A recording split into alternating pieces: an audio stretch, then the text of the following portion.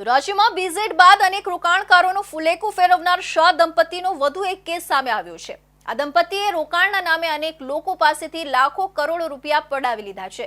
દંપતીએ ટૂંક સમયમાં વધુ રૂપિયાના નફાની લાલચમાં રોકાણકારો પાસેથી પૈસા લીધા અને બાદમાં ચૂકવણી વખતે રોકાણકારોને નફો તો દૂર પણ રોકાણની કિંમત પણ પાછી ન આપી। લોકોને પોતાની જાળમાં ફસાવવા માટે તેમણે અનેક જાણીતા ઇન્ફ્લુએન્સર્સ અને સેલેબ્સ દ્વારા જાહેરાતો કરાવી હતી।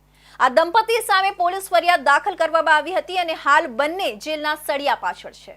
સુરતમાં સિંગણપુર કોઝવે રોડ ઉપર સિલ્વરસ્ટોન આર્કેડમાં શાહ ઇન્વેસ્ટમેન્ટ નામની શેર ટ્રેડિંગ ઓફિસ ચલાવવામાં આવી રહી હતી। આ ઓફિસના માલિક અને સંચાલક હાર્દિક શાહ અને તેની પત્ની પૂજા શાહ છે। આ બંને લોકોએ રોકાણકારોને 100 દિવસમાં 12 થી 15% વળતરની લાલચ આપી હતી। આ સિવાય આ દંપતીએ પોતાની આ સ્કીમની જાહેરાત જાણીતા ઇન્ફ્લુએન્સર્સ અને સેલિબ્રિટીઝ દ્વારા પણ કરાવી હતી, જેમાં જાણીતા ફિલ્મ સ્ટાર જાનકી બોડીવાલા, પૂજા જોશી અને મિત્ર ગઢવી જેવા લોકોનો સમાવેશ થાય છે। આ સિવાય દંપતીએ સોશિયલ મીડિયા ઇન્ફ્લુએન્સર્સ ખજૂરભાઈ ઉર્ફે નીતિન જાની પાસેથી પણ આ સ્કીમ વિશે જાહેરાત કરાવી હતી, જેનાથી આકર્ષાઈને અનેક લોકો તેમજ વેપારીઓએ હજારો લાખો રૂપિયાનું રોકાણ કર્યું હતું।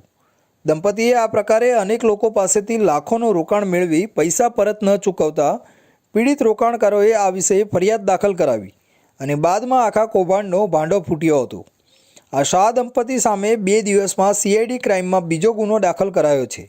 હાલ સીઆઈડી ક્રાઇમે અંદાજિત 1.33 કરોડના ચીટિંગનો ગુનો દાખલ કરીને આ મામલે વધુ તપાસ હાથ ધરી છે। હાલ આ દંપતી છેતરપિંડીના કેસમાં ચોકબજાર પોલીસ સ્ટેશનની જેલમાં બંધ છે। નોંધનીય છે કે આ દંપતીની સ્કીમની લાલચમાં આવીને ભોગ બનનારા લોકોમાંથી અત્યાર સુધીમાં 4 લોકોએ ફરિયાદ દાખલ કરાવી છે, જેમાં 2 ભોગ બનનાર લોકોએ ચોકબજાર પોલીસ સ્ટેશનમાં તેમજ અન્ય 2 પીડિતોએ સીઆઈડી ક્રાઇમમાં પોતાની ફરિયાદ નોંધાવી છે।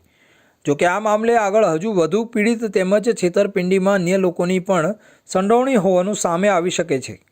આ સાથે જ છેતરપિંડીની રકમમાં પણ વધારો થઈ શકે છે।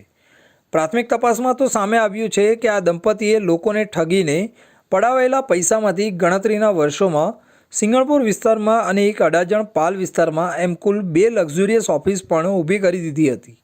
આ ઓફિસમાં કરોડો રૂપિયાનો ખર્ચો પણ કરવામાં આવ્યો હતો।